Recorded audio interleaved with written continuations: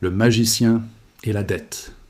Il existe un chiffre qui hante les couloirs de Washington, un chiffre si colossal qu'il défie l'imagination humaine, 37 000 milliards de dollars. C'est la dette nationale des États-Unis. C'est plus de dette que n'en a jamais accumulé aucune nation dans l'histoire de l'humanité. C'est plus que la totalité de l'économie mondiale il y a seulement 2 décennies. Si vous demandez à un économiste classique comment cela va se finir, il vous parlera de croissance, d'impôts ou de coupes budgétaires. Mais voici ce que personne ne vous dit ouvertement à la télévision. Ils n'ont aucune intention de rembourser cette dette. C'est mathématiquement impossible. Le plan n'est pas de la rembourser. Le plan est de l'effacer. Non pas par un défaut de paiement qui ruinerait la réputation de l'Amérique, non pas par l'austérité qui provoquerait des révoltes, mais par un mécanisme beaucoup plus subtil, invisible et dévastateur pour votre épargne, la réévaluation stratégique des actifs de réserve. Vous assistez en direct à la mise en place de l'opération de restructuration financière la plus sophistiquée de l'histoire. L'État américain construit discrètement un système financier parallèle. Il accumule des réserves stratégiques d'or et, fait nouveau, de Bitcoin. Le but ? Préparer une réévaluation massive de ces actifs. En multipliant leur prix par 10 ou 20, ils peuvent techniquement équilibrer leur bilan et faire disparaître la dette. Mais il y a un piège mortel pour vous.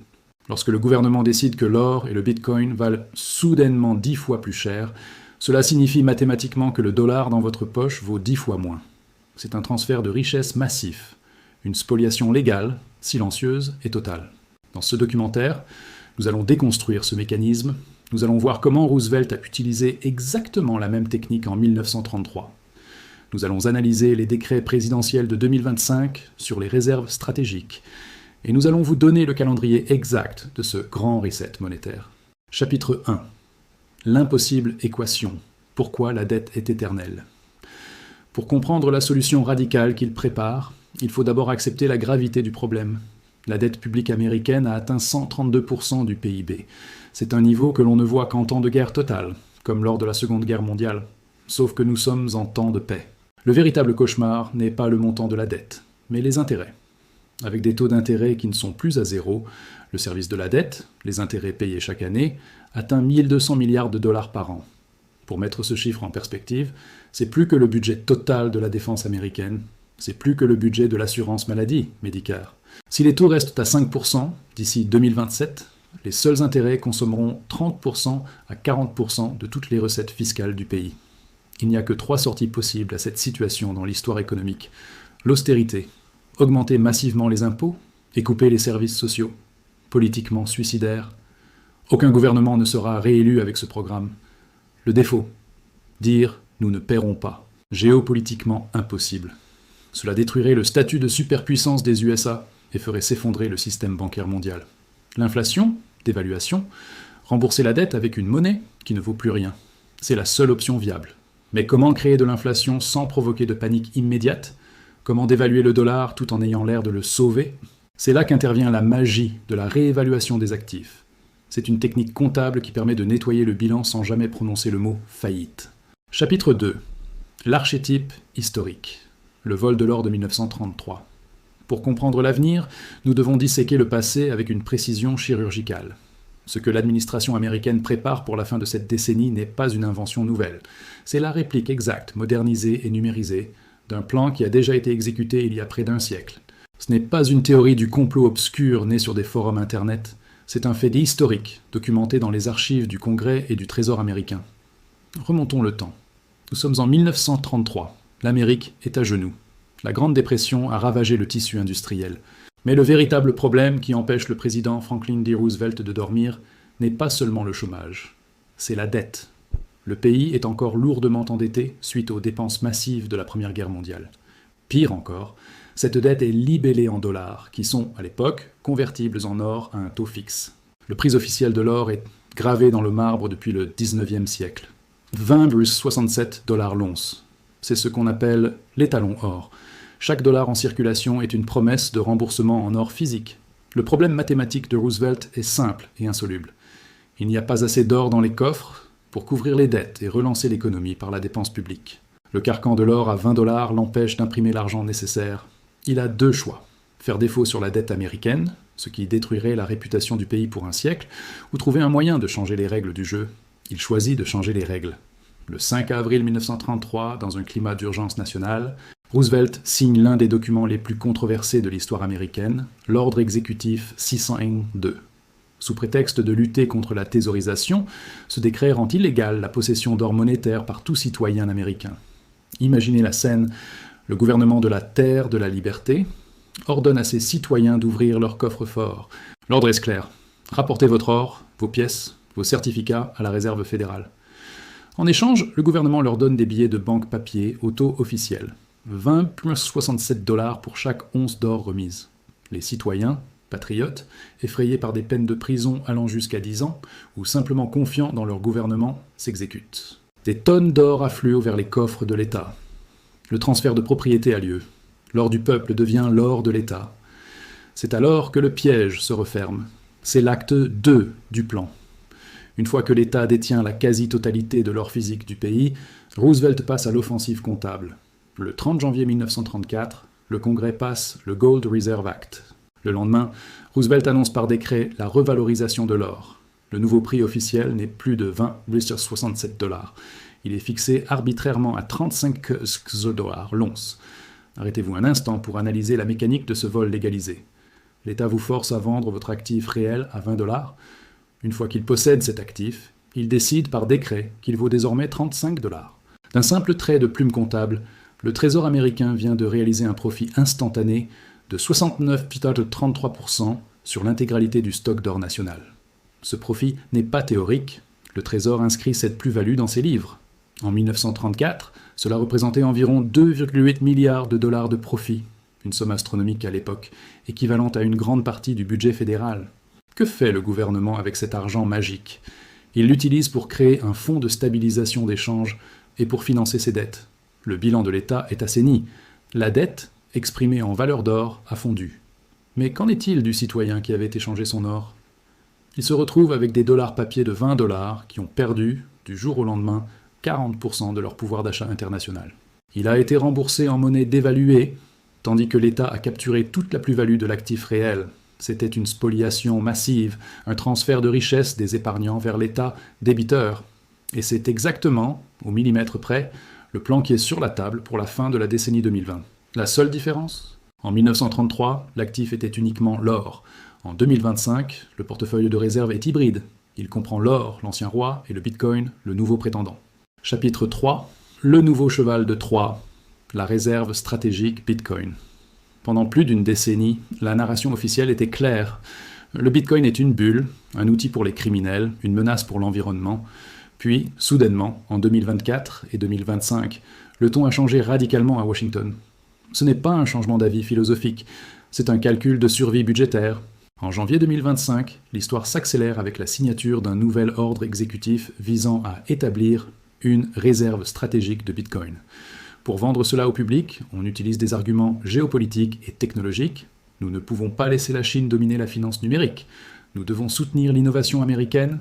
Le Bitcoin est l'or numérique du XXIe siècle. Tout cela est vrai, mais c'est l'arbre qui cache la forêt. La véritable motivation est purement comptable. Analysons l'inventaire actuel. Le gouvernement américain est déjà, sans l'avoir cherché, l'une des plus grosses baleines du marché crypto. Il détient environ 210 000 bitcoins. D'où viennent-ils? De saisies judiciaires massives, l'affaire Silk Road, le piratage de Bitfinex. Chaque fois que le FBI confisque des fonds, ils finissent dans un portefeuille froid contrôlé par le département de la justice, DOJ. Aux cours actuels, disons 100 000 $, ce stock vaut environ 21 milliards de dollars. C'est beaucoup d'argent pour vous et moi, mais pour un État qui a 37 trillions de dettes, c'est une erreur d'arrondi. Ça ne paye même pas une semaine d'intérêt sur la dette. C'est pourquoi le nouveau projet de loi, porté par des figures comme la sénatrice Cynthia Lummis et soutenu discrètement par le Trésor, ne vise pas seulement à garder ces bitcoins, mais à en acquérir massivement. L'objectif annoncé est d'atteindre 1 million de bitcoins sur une période de 5 ans. Cela représenterait près de 5% de la totalité des bitcoins qui existeront jamais, 21 millions max. Pourquoi l'État le plus puissant du monde voudrait-il accaparer 5% d'une monnaie qu'il ne contrôle pas? Voici le scénario du hold-up moderne, étape par étape. Phase 1, l'accumulation, le silence. Le gouvernement accumule. Il arrête de vendre les saisies aux enchères. Il achète peut-être discrètement via des intermédiaires financiers, comme BlackRock ou des banques dépositaires, pour ne pas faire exploser le prix tout de suite. Il pourrait même utiliser l'énergie excédentaire du réseau national pour miner. disant que le coût moyen d'acquisition de ce million de bitcoins s'élève à 100 000 $ l'unité. L'investissement total pour l'État est de 100 milliards de dollars. Phase 2, la révélation, le choc. Vers 2027 ou 2028, une fois le stock sécurisé dans les coffres numériques de Fort Knox, l'État applique la méthode Roosevelt. Une conférence de presse conjointe de la Maison-Blanche, du Trésor et de la Réserve fédérale annonce un changement de paradigme monétaire. Afin de moderniser le dollar et de garantir sa prééminence au XXIe siècle, les États-Unis déclarent que le Bitcoin est désormais un actif de réserve de niveau 1, au même titre que l'or. Mais ils vont plus loin. Pour intégrer cet actif à leur bilan comptable, ils doivent lui donner une valeur. Ils ne vont pas utiliser le prix du marché volatile de la veille. Ils vont fixer un prix de réserve stratégique. Disons qu'ils fixent ce prix à 1 million de dollars par Bitcoin, ou même plus. Phase 3, l'alchimie comptable. Faisons le calcul. Ils possèdent 1 million de Bitcoin. Au nouveau prix décrété de 1 million de dollars l'unité, leur stock vaut désormais 10 000 milliards de dollars, 1 trillion. Ils ont payé 100 milliards. L'actif vaut maintenant 10 000 milliards. Ils viennent de créer ex nihilo 900 milliards de dollars de capitaux propres sur le bilan de la Réserve fédérale. Cet argent n'a pas été prélevé par l'impôt. Il n'a pas été emprunté à la Chine. Il a été créé par la revalorisation d'un actif. L'impact psychologique serait nucléaire. Si les États-Unis disent que le Bitcoin vaut 1 million et qu'ils l'utilisent pour adosser le dollar, le marché mondial s'alignera instantanément. Le prix explosera à la hausse. Mais attention au revers de la médaille. C'est là que le piège se referme sur le détenteur de dollars. Si le Bitcoin passe de 100 000 $ à 1 million de dollars, cela signifie mathématiquement que le dollar a perdu 90% de sa valeur face au Bitcoin. Le pouvoir d'achat du dollar s'effondre par rapport à l'actif de référence. C'est une dévaluation massive, déguisée en adoption technologique et en modernisation financière. Chapitre 4. Le retour du roi, la réévaluation de l'or. Si le Bitcoin est la partie croissance du plan, l'or en est la fondation stabilité. Le Bitcoin seul, même à 1 million, ne génère que 1 trillion de dollars. Ce n'est pas assez pour éponger 37 trillions de dettes. Il faut une artillerie lourde, et cette artillerie dort depuis des décennies sous New York et dans le Kentucky. Les États-Unis possèdent officiellement la plus grande réserve d'or au monde, 8 133 tonnes. Cela représente environ 261 millions d'onces d'or pur. Mais voici le secret comptable le plus scandaleux et le moins connu de la finance mondiale. À quel prix cet or est-il inscrit dans les livres de compte du gouvernement américain? Est-ce au prix du marché actuel, environ 2 800 $ l'once? Non. Cet or est valorisé par une loi datant de 1973 au prix statutaire ridicule de 42,52 $ l'once. Vous avez bien lu, 42 $. Cela signifie que sur le bilan officiel de la Réserve fédérale, le stock d'or des États-Unis ne vaut que 11 milliards de dollars. C'est une aberration comptable totale. La valeur réelle au prix du marché est d'environ 730 milliards. Mais cette aberration est en réalité une option nucléaire cachée. C'est une marge de manœuvre gigantesque conservée pour un cas d'urgence absolue. Le reset consiste à marquer cet or à sa valeur réelle, voire à une valeur bien supérieure, pour boucher le trou de la dette. Imaginez le scénario. Nous sommes en pleine crise de la dette. Les taux d'intérêt montent, personne ne veut plus acheter de bons du Trésor américain. Le défaut de paiement menace. Le Trésor sort sa carte maîtresse. Il annonce « Pour restaurer la solvabilité du bilan américain, nous réévaluons notre stock d'or. » Mais ils ne vont pas simplement le mettre au prix du marché, 2 800 $. Cela ne rapporterait que 700 milliards de plus-value. Ce n'est pas assez. Pour diluer la dette, ils doivent fixer un prix de l'or beaucoup plus élevé. Un prix qui reflète la quantité de dollars imprimés depuis 1971. Les experts estiment que, pour couvrir la masse monétaire, l'or devrait être évalué entre 15 000 $ et 50 000 $. Prenons une hypothèse conservatrice pour ce scénario. Il fixe le nouveau prix officiel de l'or à 20 000 $ l'once. Faisons les mathématiques du reset, stock d'or US, 261 millions d'onces. Nouveau prix officiel, 20 000 $. Nouvelle valeur comptable au bilan, 5 220 milliards de dollars, 5,2 trillions. Ancienne valeur comptable, 11 milliards. D'un simple trait de plume, sans extraire une seule pépite de plus, le Trésor américain vient de faire apparaître une plus-value latente de plus de 5 200 milliards de dollars. Le Trésor émet alors des certificats or pour ce montant et les dépose à la Réserve fédérale. En échange, la Fed crédite le compte du Trésor de 5 200 milliards de dollars de liquidités fraîches. Avec cet argent, le Trésor peut racheter sa propre dette, payer ses factures, recapitaliser les banques. Combiné avec la réévaluation du Bitcoin, 1 trillion, Le gouvernement dispose soudainement de 6 à 7 trillions de dollars de nouveaux fonds propres pour nettoyer son bilan. Le ratio dette-PIB chute brutalement. La solvabilité de l'État est restaurée aux yeux du monde. Le gouvernement est sauvé. Mais qu'en est-il de vous, le citoyen? Si le gouvernement décrète que l'or vaut 20 000 $ alors qu'il valait 2 800 $ la veille, qu'est-ce que cela dit sur votre dollar? Cela signifie que votre dollar a perdu environ 85% de sa valeur face à la monnaie réelle, l'or. Les conséquences dans l'économie réelle seront immédiates et violentes. Le prix du pétrole, de la nourriture, des matières premières, qui s'alignent sur l'or à long terme, va exploser. Vous paierez votre essence 15 $ le gallon. Votre baguette de pain coûtera 10 $. C'est une hyperinflation provoquée, contrôlée et utilisée comme outil de désendettement. Le gouvernement aura techniquement payé sa dette, mais il l'aura fait en monnaie de singe.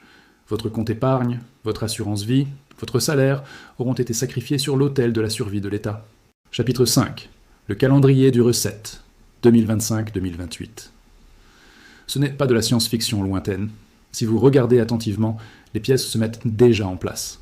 Voici le calendrier probable de ce basculement historique. Phase 1, l'accumulation silencieuse et la préparation légale, 2025. C'est l'étape où nous sommes. Observez les banques centrales mondiales. Chine, Russie, Pologne, Turquie, Singapour.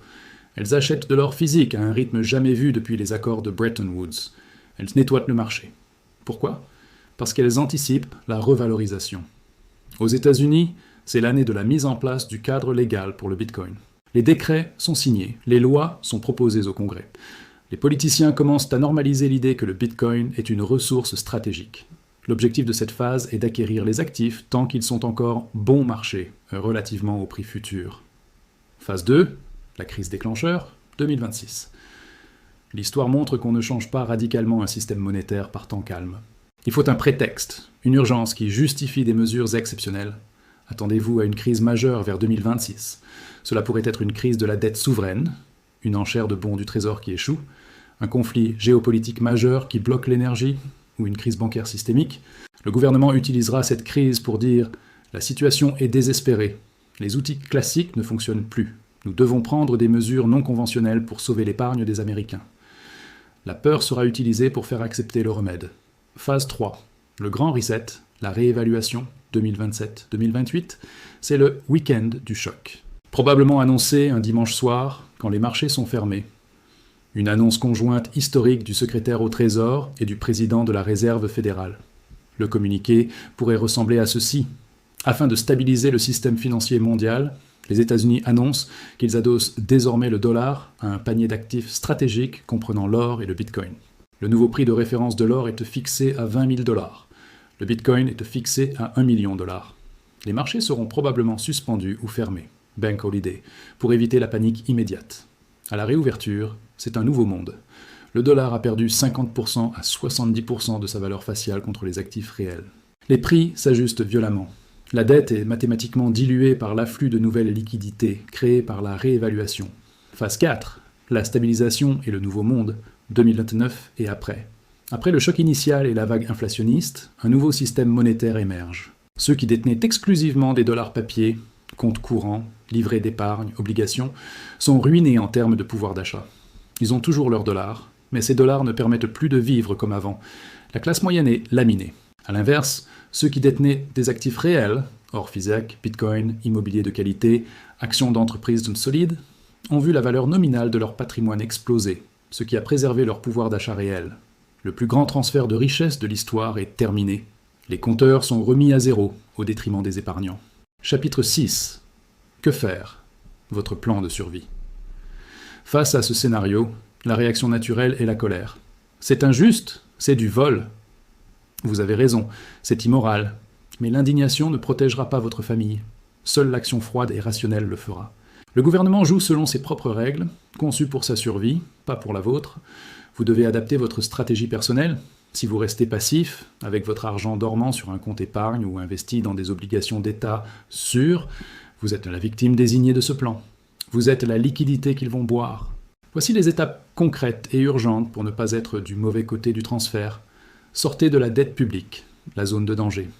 Vendez vos obligations à long terme, les assurances vie en fonds euros, les bons du Trésor, les obligations d'entreprises zombies. Tout ce qui est une promesse de paiement futur en monnaie fiat est un piège. Vous serez remboursé, certes, mais en monnaie dévaluée. Le rendement de 4% ou 5% ne compensera jamais une dévaluation de 50%. Accumulez les actifs de réserve, suivez les banques centrales, ne faites pas ce que les banquiers centraux disent.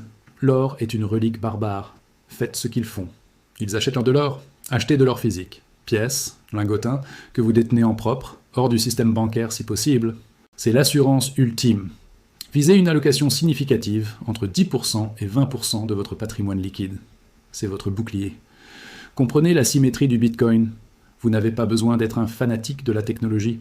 Comprenez simplement la symétrie du risque. Si le gouvernement américain décide d'en faire un actif stratégique, le potentiel de hausse est asymétrique. Ne pas en avoir du tout est devenu un risque plus grand que d'en avoir un peu. Une petite allocation, 1% à 5% de votre patrimoine net, peut servir d'assurance vie contre l'hyperinflation des actifs numériques. Si le scénario à 1 million se réalise, ce petit 5% peut sauver le reste de votre portefeuille. Actif, tangible et productif. L'inflation détruit le cash, mais elle gonfle les actifs réels. L'immobilier, surtout s'il génère des loyers qui s'ajusteront à l'inflation, les terres agricoles, les forêts. Sur les marchés boursiers, privilégiez les actions d'entreprises qui ont du pricing power, la capacité d'augmenter leur prix pour suivre l'inflation sans perdre de clients. Évitez les entreprises qui ne font pas de profit. La dette à taux fixe est votre ami. C'est le seul moment où s'endetter est intelligent. Si vous pouvez emprunter aujourd'hui à un taux fixe, disons 4% ou 5%, pour acheter un actif réel, une maison, un appartement locatif, qui va s'apprécier avec l'inflation, faites-le. Dans un scénario de reset inflationniste, c'est l'inflation qui rembourse votre prêt. Vos revenus, loyers, salaires, augmenteront nominalement, mais votre mensualité de crédit restera fixe. La dette se dissout dans l'inflation. Vous transférez la richesse de la banque vers vous. Conclusion. Le choix moral est pragmatique. L'histoire économique est un éternel recommencement, une boucle qui se répète siècle après siècle. De la République de Weimar en 1923 aux États-Unis de 1933, de l'Argentine de 2001 au Venezuela de 2015, la leçon est toujours la même. À chaque fois qu'un gouvernement est acculé par une dette mathématiquement impayable, il ne choisit jamais l'austérité honnête, il ne choisit jamais le défaut franc. Il choisit toujours, sans exception, la voie de l'inflation, de la dévaluation et de la répression financière. C'est la voie de la moindre résistance politique. C'est la voie qui permet de sauver l'État en sacrifiant le peuple. Le grand reset de 37 000 milliards de dollars n'est pas une possibilité lointaine ou une théorie fumeuse. C'est une certitude mathématique. Les pièces du puzzle sont déjà sur la table. Les lois sur le Bitcoin, les achats massifs d'or, la dette exponentielle, les intérêts insoutenables. Aujourd'hui, vous êtes à la croisée des chemins et vous avez deux choix. Le premier choix est celui du confort. Croire au narratif officiel, se dire que tout va bien, que l'État nous protégera, que l'inflation est transitoire. C'est le choix de la majorité. C'est le choix de ceux qui finiront tondus, regardant leur épargne fondre sans comprendre pourquoi. Le second choix est celui de la lucidité. Regardez la réalité en face, aussi effrayante soit-elle. Acceptez que les règles du jeu sont en train de changer. Positionnez vos pions dès maintenant, avant que le grand public ne se réveille. Le gouvernement américain a un plan pour sauver sa peau. Sacrifiez la valeur de votre monnaie. C'est leur stratégie. Elle est en marche. La seule question qui compte maintenant est « Quel est votre plan ?» Ne soyez pas la victime collatérale de leur faillite. Préparez-vous maintenant, tant que la porte est encore ouverte. Le temps ne joue plus en votre faveur. Le plan est désormais lancé et l'horloge tourne déjà. Ceux qui choisissent d'ignorer ces signaux seront les victimes financières de demain. Nous suivrons ici, étape par étape, le déroulement de ce reset monétaire historique. Abonnez-vous dès maintenant pour ne pas subir l'histoire, mais l'anticiper. Votre lucidité est le seul véritable bouclier qu'il vous reste.